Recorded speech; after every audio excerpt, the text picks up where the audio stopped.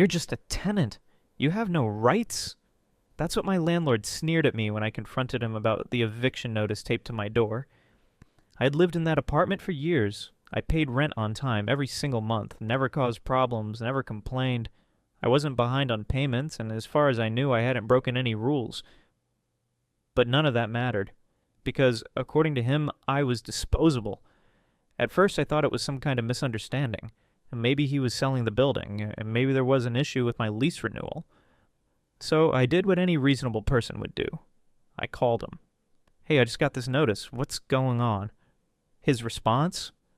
A smug chuckle. "I don't have to give you a reason. You have 30 days. Pack up and leave." That's when the warning bells started going off in my head. He wasn't just kicking me out. He wanted me gone. Fast. And something about that felt off. So instead of scrambling to find a new place, I started digging. And what I uncovered? It was enough to destroy him. I couldn't shake the feeling that something was wrong. Most landlords, even the terrible ones, at least tried to come up with a half-decent excuse before kicking someone out. They'd claim they were selling the building, moving in a relative, or doing major renovations. But mine. He didn't even bother lying. He didn't even pretend to have a reason, just handed me an eviction notice, smirked, and told me I had no rights. The more I thought about it, the angrier I got. I'd done nothing wrong. Rent was always on time, my apartment was spotless. I kept to myself, never complained, and never caused issues. So why the sudden rush to get rid of me? At first I assumed I was the only one. Maybe I was just unlucky. Then a few days later I heard shouting from down the hall. An older man, one of the longest-standing tenants in the building, was arguing with the landlord.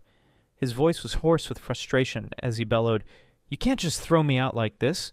I lived here for over a decade." The landlord barely looked up from his phone. "Not my problem. You have 30 days. The old man's face turned red. "I've never missed rent. I've never broken the lease. What you're doing is illegal." The landlord rolled his eyes, stuffing his phone back into his pocket. "Then sue me."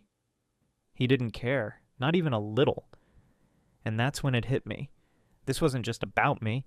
I wasn't the only one he was trying to kick out. That night I started paying closer attention. Something about this whole situation felt off. There was more movement in the building than usual. Strangers were constantly coming and going from the vacant units, always at odd hours, always in a hurry. They never carried moving boxes, never stayed long enough to be tenants. And then there was the cash. One afternoon I was checking my mail when I noticed my landlord standing near the entrance, talking to a young guy in a hoodie. The guy looked nervous, fidgeting with his sleeves, glancing over his shoulder every few seconds. He spoke quickly, barely making eye contact, and then, without hesitation, handed my landlord a thick envelope. I wasn't close enough to see what was inside, but I didn't need to. I knew what a cash drop-off looked like. My landlord took the envelope, shoved it into his jacket without even counting the money, and walked away. No paperwork, no lease agreements, no contracts. Something wasn't right. That night I decided to start digging. If he was kicking people out for no reason, there had to be something bigger going on. I combed through property records, legal filings, and past tenant complaints, and what I found, it was worse than I expected. My landlord had a long history of shady evictions. Over the past 5 years, multiple tenants had been forced out under mysterious circumstances. People who had lived there for years suddenly handed eviction notices with no explanation, and none of them had won their cases, because he knew exactly how to manipulate the system. He was exploiting loopholes in the city's rental laws to push people out just before they gained legal protections. If a tenant was about to reach a certain lease term that would make it harder to evict them, he would force them out right before the deadline. But that wasn't even the worst part. When I pulled up tax records for the building, I noticed something strange. The official rent listed on the lease agreements was much lower than what tenants were actually paying, meaning he was running an illegal rental scheme. And if he was lying on tax forms, then he wasn't just overcharging tenants. He was committing fraud. And I had just stumbled onto proof that could destroy him. I knew my landlord was dirty. But I didn't realize just how deep his corruption ran until I started connecting the dots. The evictions, the unregistered tenants, the constant cash drop-offs. He wasn't just scamming renters. He was running an illegal business. And I was about to bring it all crashing down. I wasn't stupid. If I wanted to take him down, I needed proof. Solid, undeniable evidence that would hold up in court. something he couldn't explain away. So I started watching him. For the next week, I kept track of every suspicious interaction I witnessed. The men in hoodies coming in and out of the building at odd hours, never carrying moving boxes. The thick envelopes exchanged without any paperwork. The fact that half the tenants in the building weren't on any official lease agreements. And then, I made the biggest discovery yet. Late one night, I was heading down to the laundry room when I heard voices.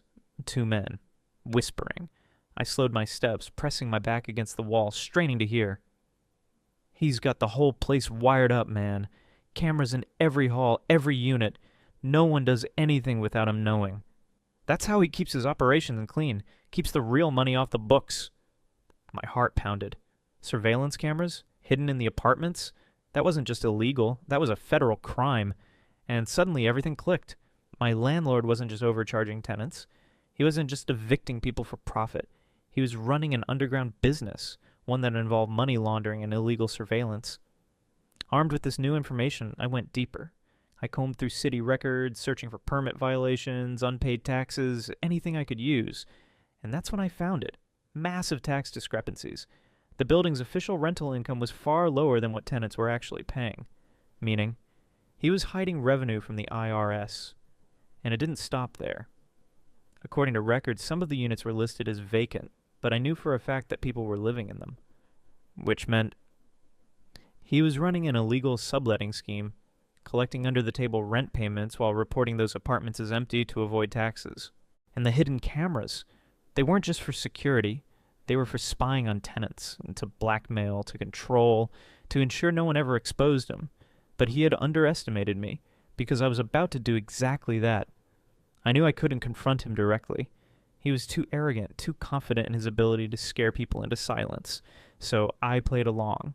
I pretended to be scared. I started packing my things as if I was actually leaving. I let him see me dragging boxes to my car, acting defeated, making him believe I was just another tenant who had given up. And while I did that, I was building my case. I gathered video evidence of the sketchy cash transactions, screenshots of his fraudulent tax filings, photos of tenants who weren't on any lease agreements. Then I sent everything to 2 places, the police and the local news. Because if there's one thing that destroys corrupt landlords faster than the law, it's bad press. The morning of my so-called move-out, I woke up early and stood by my window. I didn't have to wait long. At exactly 8:47 a.m., the first squad car pulled up, then another, and another, until the entire parking lot was swarming with law enforcement and investigative journalists. By the time my landlord realized what was happening, it was already too late. I watched from my window as officers stormed the building, slamming open doors, flashing warrants.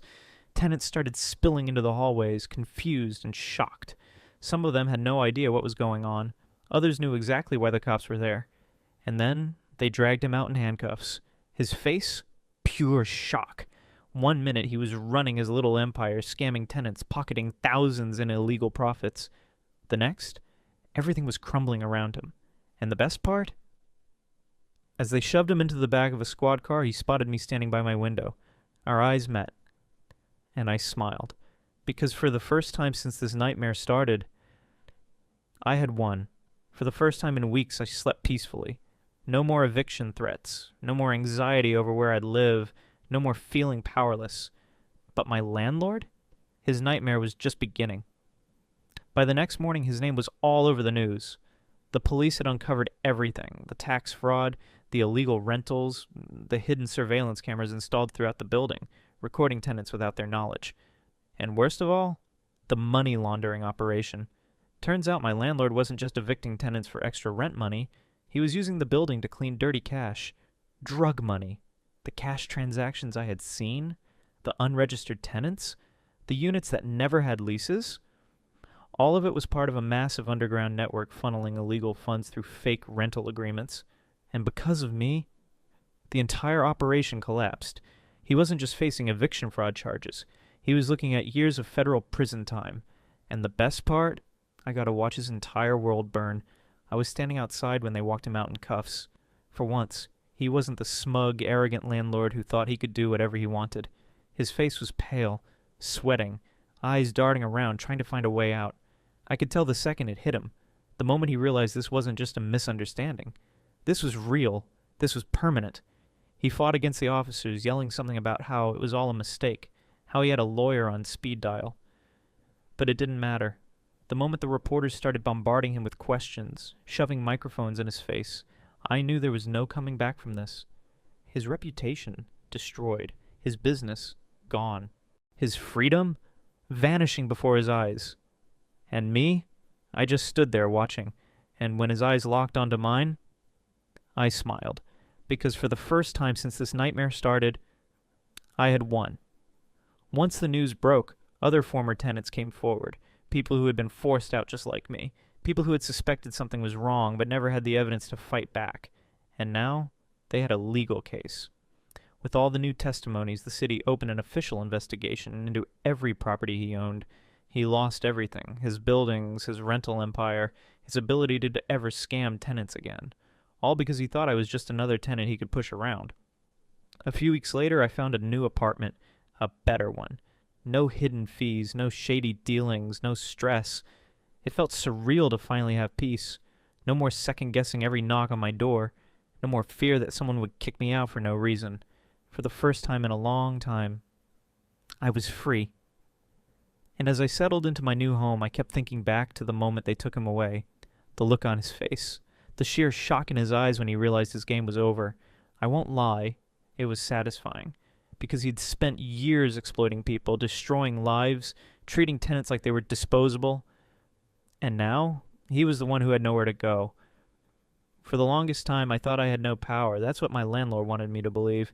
That's why he smirked when he handed me the eviction notice, why he shrugged when I protested. To him, I was just another tenant, a nobody. Someone who would pack their things, walk away quietly, and never look back. And for a moment, I almost did. I almost believed that fighting back was pointless, that no matter what I did, he would win. He had money, he had connections. He had been doing this for years, and no one had ever stopped him. But then I thought about the others, the tenants before me, the ones who had stood in this exact same spot, holding the same piece of paper, feeling the same helplessness. How many of them had been forced out? How many had lost their homes because they thought they had no choice? And that's when I realized he wasn't powerful. He just knew how to make people feel powerless. When the police dragged him out in cuffs, I didn't feel guilty. I didn't feel sorry. I felt vindicated because I had watched him terrorize people for years, evicting them without cause, forcing them out so he could pocket extra cash. And every single time, he had walked away without consequences. Until now. I saw it in his eyes the second he realized the game was over. The way his cocky smirk disappeared, replaced by something that almost looked like fear. He opened his mouth, maybe to deny it, maybe to threaten me, but before he could get a single word out, a reporter shoved a microphone in his face. "Sir, what do you have to say about the allegations of tax fraud and illegal evictions?" His face went pale. The officers pushed him toward the squad car. He tried to resist, turning his head, scanning the crowd, looking for a way out, but there was none. The tenants, the reporters, the investigators. They were all watching. And then, he saw me. I didn't say a word. I just smiled. Because in that moment he knew I had done this.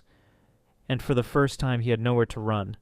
After everything, people kept asking me the same thing. "Aren't you afraid? He had so much power. What if he comes after you?" But that was the funny part. He never had power. All he had was the ability to make people believe he did. To make tenants feel like they had no voice and no rights, no way to fight back. But the second I stopped believing that, he lost. Because the truth is, people like him don't expect you to fight back. They rely on fear, on silence, on the idea that no one will ever stand up to them. And the moment someone does, they crumble. I never saw him again after that. By the time his trial started, I'd already moved on. New apartment, new life, a fresh start. But sometimes, late at night, I think back to the moment they put him in that squad car. The way his face cracked. The way his hands shook. The way he finally looked as helpless as the people he had spent years exploiting. And every single time, I sleep like a baby. Have you ever had to fight back against someone who thought they were untouchable? Let's talk in the comments.